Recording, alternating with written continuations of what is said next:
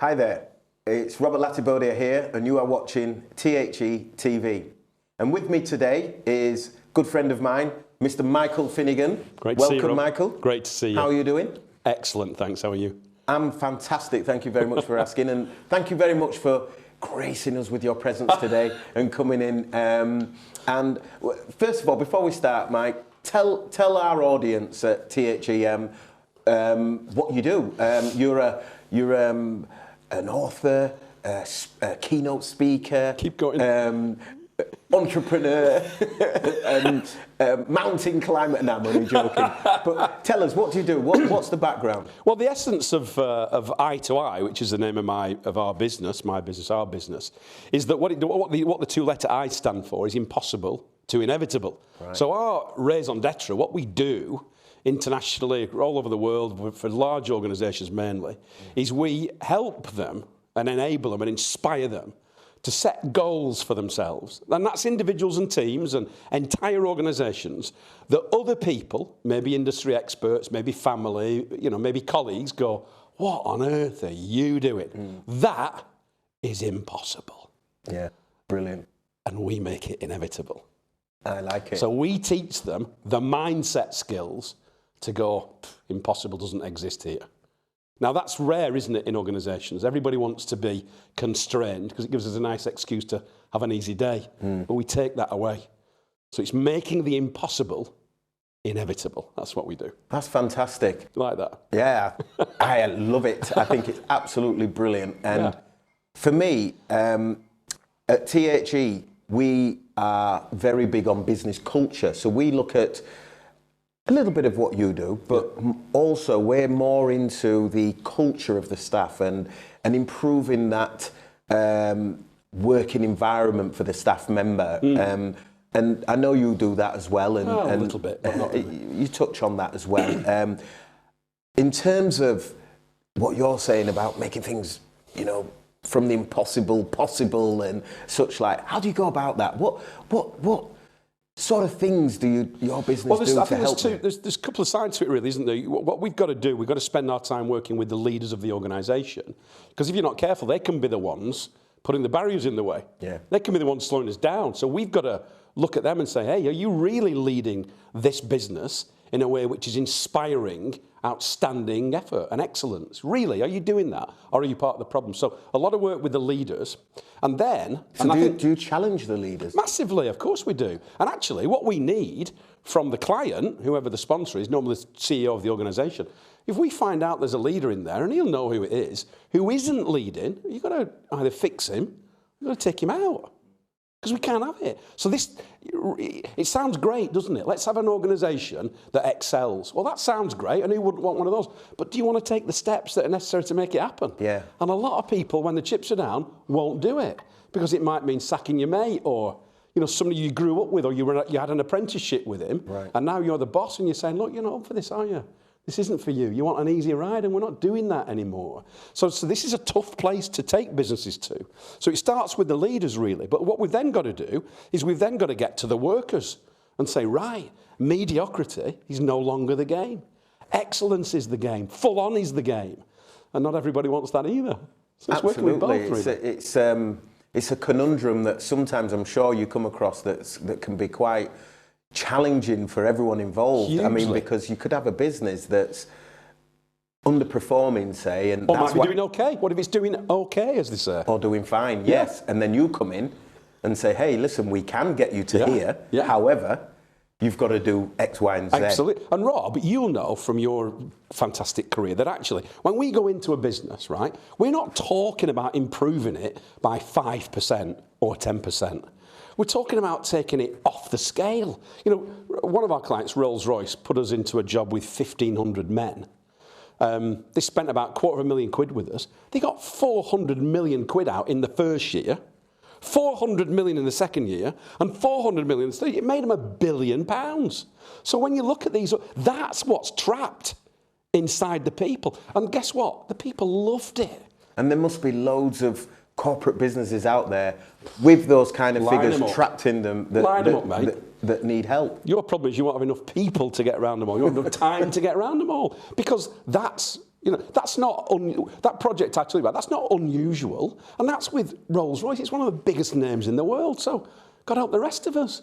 What's happening in other organisations? If we can make £1 billion for Rolls-Royce, what's trapped in another place? So it's common. How do companies, in your experience, slip into these levels of, what's the word, maybe apathy? Apathy is a good word, isn't it? Well, how do you think that Well, I think what it happens? Well, if you look at some of your clients, let's just say you take one of your clients, and if they get their return on capital around, 18%, everybody's happy, aren't they? City's happy, shareholder, everybody's happy. So then 18% becomes the impossible goal. 18%. Come on, it's mediocre. So what we're almost driven by how little do we have to do to impress the paymaster. And the lower the number is, by the way, the better, right?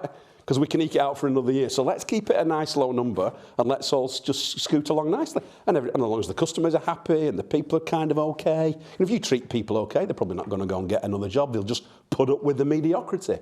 And that's why what you do and what we do just lights organisations up. But a lot of companies set the bar too low. Absolutely, and they get used to having it low, don't they? Of course they do. And why wouldn't you? Because then we can have an easy life, right?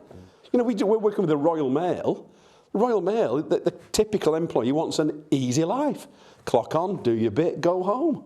So when we work with that sales team and their figures improved by a factor of 12, so a salesman doing one unit was doing 12 times as much, that was extraordinary change in performance across 500 salespeople. They would have gone for, let's go for 1.2, wouldn't they? And then next year, let's go another 1.2. We were going for 12 and we did it in 3 months. It's amazing. With 500 people. So the leaders were suppressing that, weren't they? And the followers were just going, yeah, you're great. You keep a lid on it because it gives me a nice, easy life. And in terms of, obviously they're great figures to hear and we can bandy them about, but in terms of maintaining that, do you do things to help them with that? Do you put things in place to make sure that it carries on? Absolutely. We'll take people through. Well, ideally, what we want to do is we want to take people through a program which shows them how to think differently so that they can see that in this brave new world, it's actually pretty good. This is actually a really nice place to live. The world's better for me. And it also makes me a better husband or a better mother and a better father and all that stuff. So there are benefits peripheral to all that stuff. So we support that with a program. Now, what's really powerful is if you've had us in to unleash all these people and get them on the ceiling, inspired to perform to great heights, what's really nice then is that your program teaches the managers how to get the best out of these people on an ongoing daily basis with all the neat little things you can teach them, the minutiae that just keep the pot boiling. So, that's why we get on so well together, I think, because we've got a great offer here. So it's got to be done on a daily basis, as well as this kind of catalytic event that we'd get people into and fire them up. Fantastic. Yeah. I'm inspired listening to you now. I want to go out and run a marathon or something. I want to do something I've never done before. I'm super inspired. But it's easy working with people like you, isn't it? Because you're up for it, aren't you? Absolutely. What's magical about what we do is when you take it into an organisation where they've not had that before, where they've had year after year after year of mediocrity, of hitting 18% return on capital, and all of a sudden we walk in and say, hey, come and live here. It's awesome. Everybody's like you, it'd be easy. It'd be easy, wasn't it? We just take them another step higher. Yeah. But could they go any higher if they were like me? I don't know, Michael. I don't know. But, impossible. But that's fantastic. But you also do sports. You do everything. What else do you do at your company? Well, probably 90% of our time we're working with big organisations. We've worked in 27 countries around the world. Fantastic. For 22 years now, so it's ongoing. But 10% of our time we've been lucky to get a real name, and when I'm saying a real name, I probably mean the biggest name in the world for transforming sports organisations.